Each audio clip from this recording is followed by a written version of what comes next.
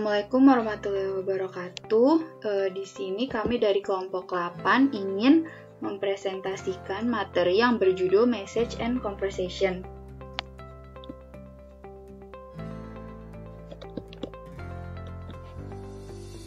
Nah, ini anggota kelompok kami. Yang pertama ada Ahmad Faisal Taufikur Rahman, yang kedua Nandira Fitri yaitu saya sendiri, lalu yang ketiga ada Nisrina Laili Zakia.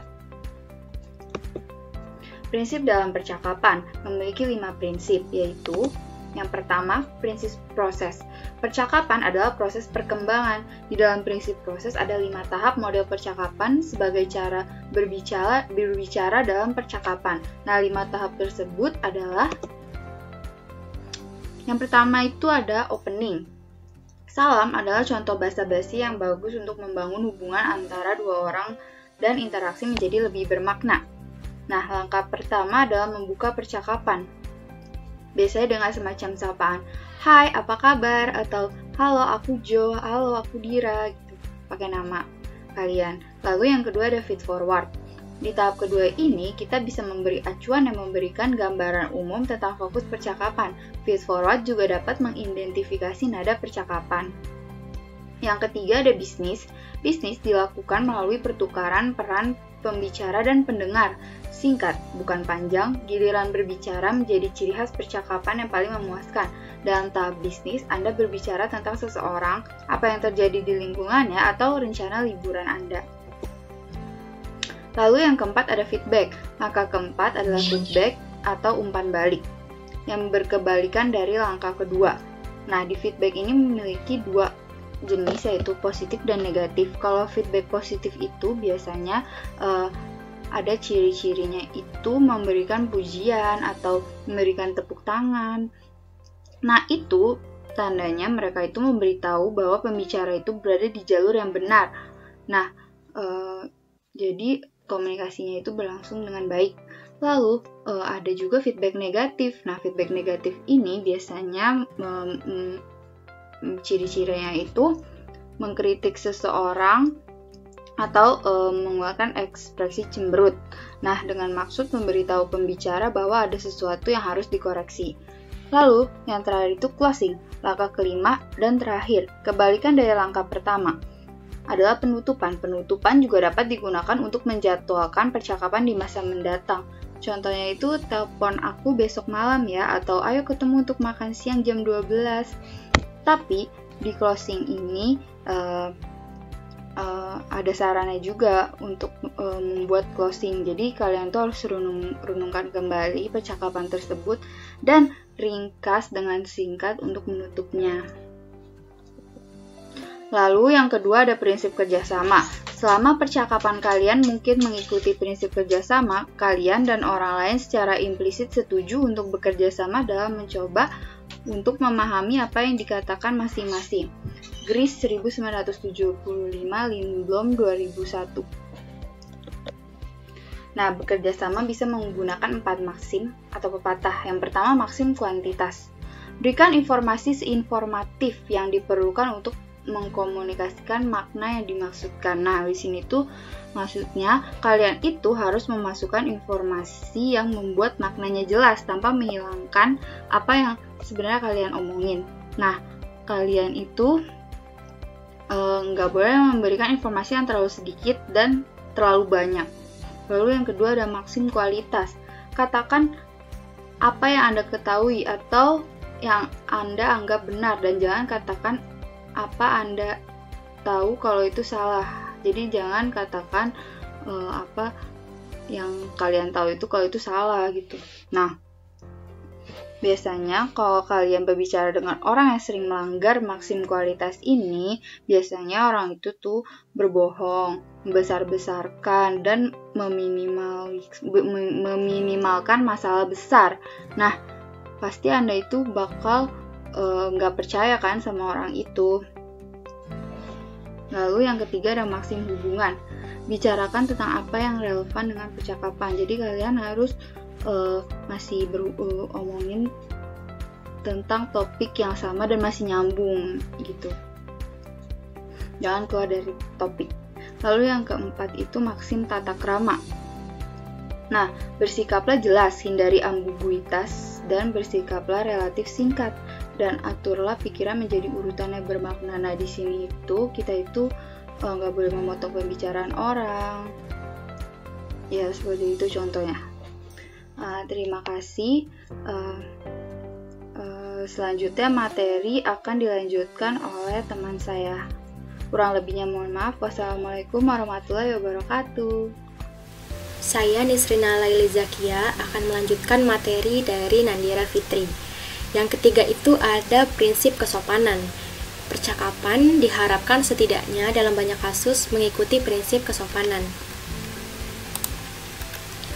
6 maksim atau pepatah kesopanan telah diidentifikasi oleh ahli bahasa Geoffrey Leach 1983. Jadi ada maksim bijaksana. Di sini taktik dalam percakapan ini berarti bahwa tidak memaksakan kepada orang lain atau menantang hak mereka untuk melakukan apa yang mereka inginkan. Di sini kita tidak boleh egois dan harus bisa berpikir bijaksana. Lalu ada maksim kemurahan hati. Di sini membantu untuk mengkonfirmasi pentingnya orang lain, pentingnya waktu, wawasan, atau bakat orang tersebut. Jadi harus saling menghargai. Lalu ada maksim persetujuan. Di sini mengacu pada memuji seseorang atau memuji orang dalam beberapa cara dan meminimalkan ekspresi kritik atau ketidaksetujuan. Jadi di sini lebih berusaha untuk pro. Lalu ada maksim kesopanan. Di sini meminimalkan pujian atau pujian yang mungkin Anda berikan ke penerima. Pada saat yang sama Anda bisa memuji orang lain. Lalu ada maksim kesepakatan. Ini mengacu pada bidang kesepakatan yang Anda cari dan mengekspresikannya pada saat yang sama untuk menghindari perselisihan. Lalu ada maksim simpati. Ini mengacu pada ekspresi pemahaman, simpati, empati, dukungan, dan sejenisnya untuk orang lain. Jadi di sini berusaha untuk dari hati ke hati. Lalu yang keempat ada prinsip dialog. Dalam dialog terdapat interaksi dua arah. Setiap orang adalah pembicara dan pendengar, pengirim dan penerima. Dalam komunikasi dialogis ada kepedulian yang mendalam terhadap orang lain dan untuk hubungan antara dua orang. Yang kelima ada prinsip bergilir. Ciri khas percakapan ini adalah pembicara dan pendengar saling bertukar peran selama interaksi. Jadi menggabungkan wawasan dari berbagai peneliti komunikasi seperti Burgon, Guerrero, dan Floyd 2010, lalu ada Duncan 1972, Pearson dan Spitzberg tahun 1990.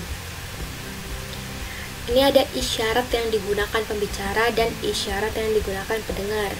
Kalau isyarat pembicara, sebagai pembicara, Anda mengatur percakapan melalui dua jenis isyarat utama, yaitu pemeliharaan giliran dan hasil giliran. Jadi ada namanya isyarat back channeling. Isyarat back channeling digunakan untuk mengkomunikasikan berbagai jenis informasi kembali ke pembicara tanpa Anda mengasumsikan peran pembicara. Lalu ada isyarat mendengar.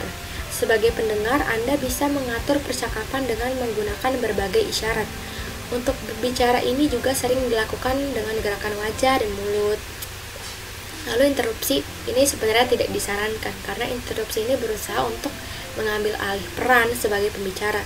Ini tidak mendukung dan seringkali tidak meyakinkan. Yang keenam ini adalah pengungkapan percakapan, yaitu mengungkap dirimu, express yourself. Jadi salah satu bentuk komunikasi interpersonal terpenting yang dapat Anda lakukan adalah berbicara tentang diri Anda sendiri atau pengungkapan diri. Pengungkapan diri berarti mengkomunikasikan informasi tentang diri Anda kepada orang lain. Sekian materi yang saya sampaikan. Selanjutnya materi akan disampaikan oleh Ahmad Faisal. Assalamualaikum warahmatullahi wabarakatuh. Selanjutnya adalah pengungkapan jati diri.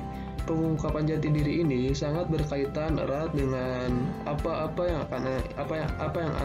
Anda ingin tunjukkan kepada orang lain mengenai diri Anda, demi untuk mendapatkan simpati, empati, dan juga perasaan percaya dari orang lain terhadap diri kita. Terdapat beberapa informasi yang dapat kita berikan untuk dalam proses pengungkapan jati diri. Yang pertama adalah nilai keyakinan dan keinginan Anda, di mana nilai keyakinan dan keinginan Anda ini sangat berkaitan erat dengan tujuan Anda dalam menjalin komunikasi interpersonal.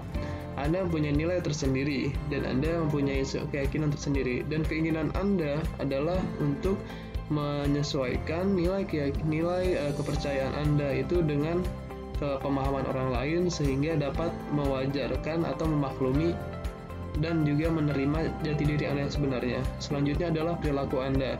Ini berkaitan erat dengan bagaimana Anda bertingkah laku sehari-hari, yang mana Anda ingin orang lain untuk mengetahui bagaimana perilaku Anda sebenarnya dan juga menjadikannya sebagai penunjukan sifat jati diri dan untuk diterima oleh orang lain.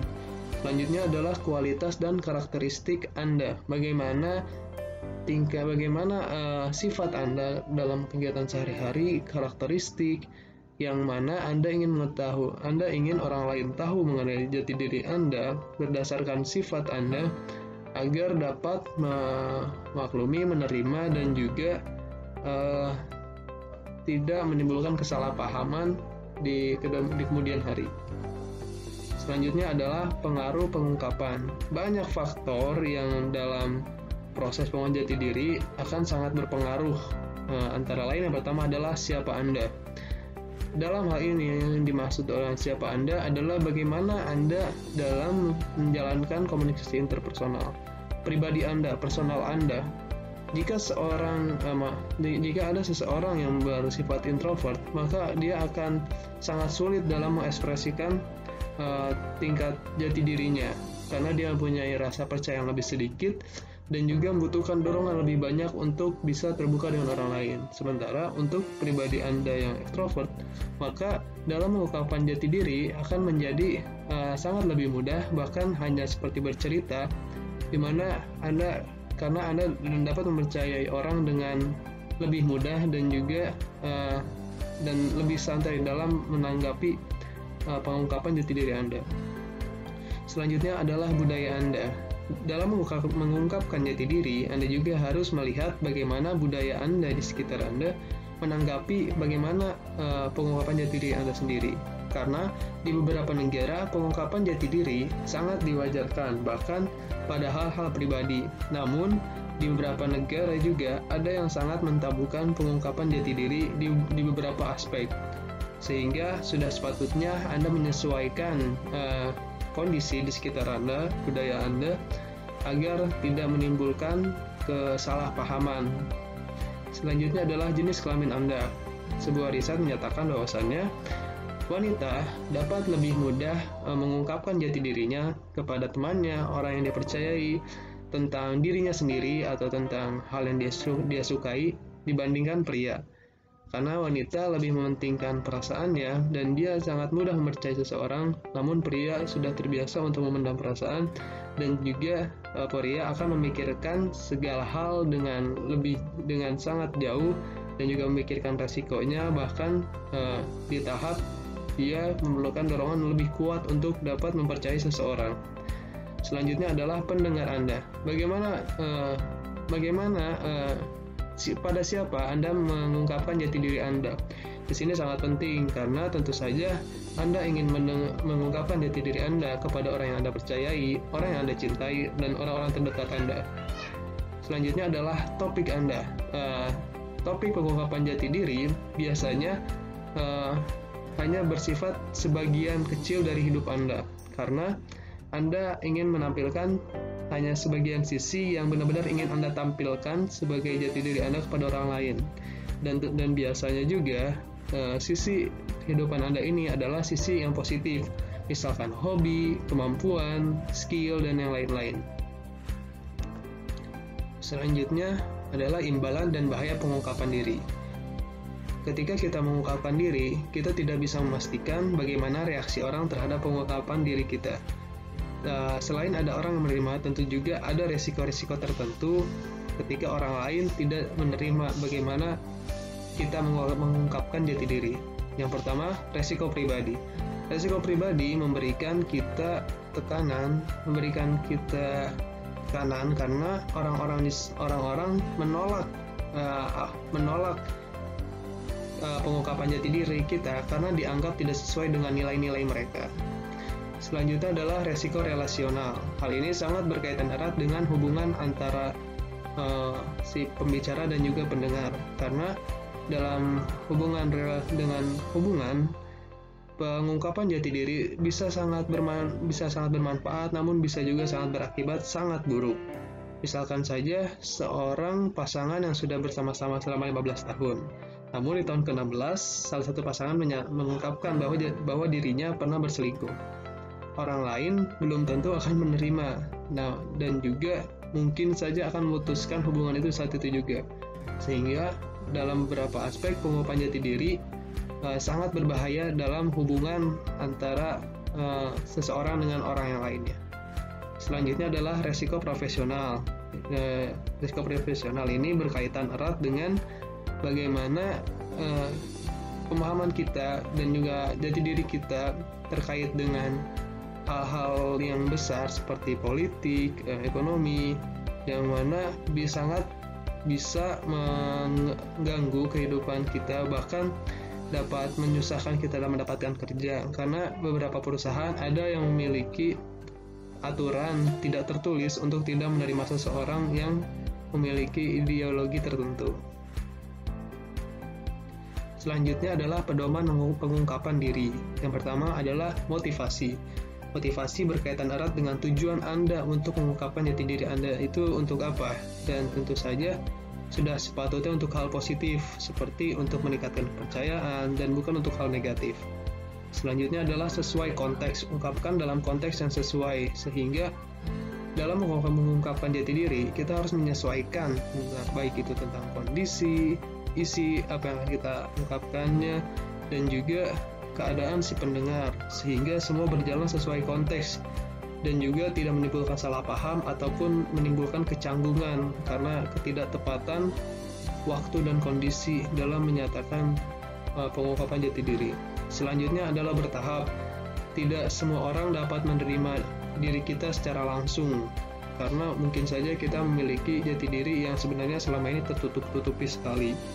Maka kita harus mengenalkan kepada orang-orang mengenai jati diri kita secara bertahap, secara perlahan-lahan, sehingga saat kita sudah sampai di jati diri kita yang sebenarnya, orang lain tidak akan kaget dan tahu bahwa ini adalah proses dari kemarin-kemarin. Selanjutnya adalah tanpa beban. Usahakan dalam pengungkapan jati diri Anda merasa lega setelah melakukannya. Jangan sampai ketika mengungkapkan jati diri Anda menahan beban, baik itu mental psikologis atau fisik, ataupun bahkan Anda yang memberikan beban kepada orang lain karena pengungkapan jati diri Anda. Sebaiknya jangan pernah lakukan itu dan lakukan secara rileks, dan juga biarkan orang lain menerimanya dengan rileks pula. Selanjutnya adalah pedoman untuk memfasilitasi dan menanggapi pengungkapan diri. Yang pertama adalah berlatih keterampilan mendengarkan secara efektif dan aktif. Usahakan mendengarkan pengungkapan diri secara efektif dan aktif, dan juga berulang-ulang sehingga kita terbiasa dengan pengungkapan diri dari seseorang kapanpun dan dimanapun. Selanjutnya adalah mendukung dan memperkuat pengungkap.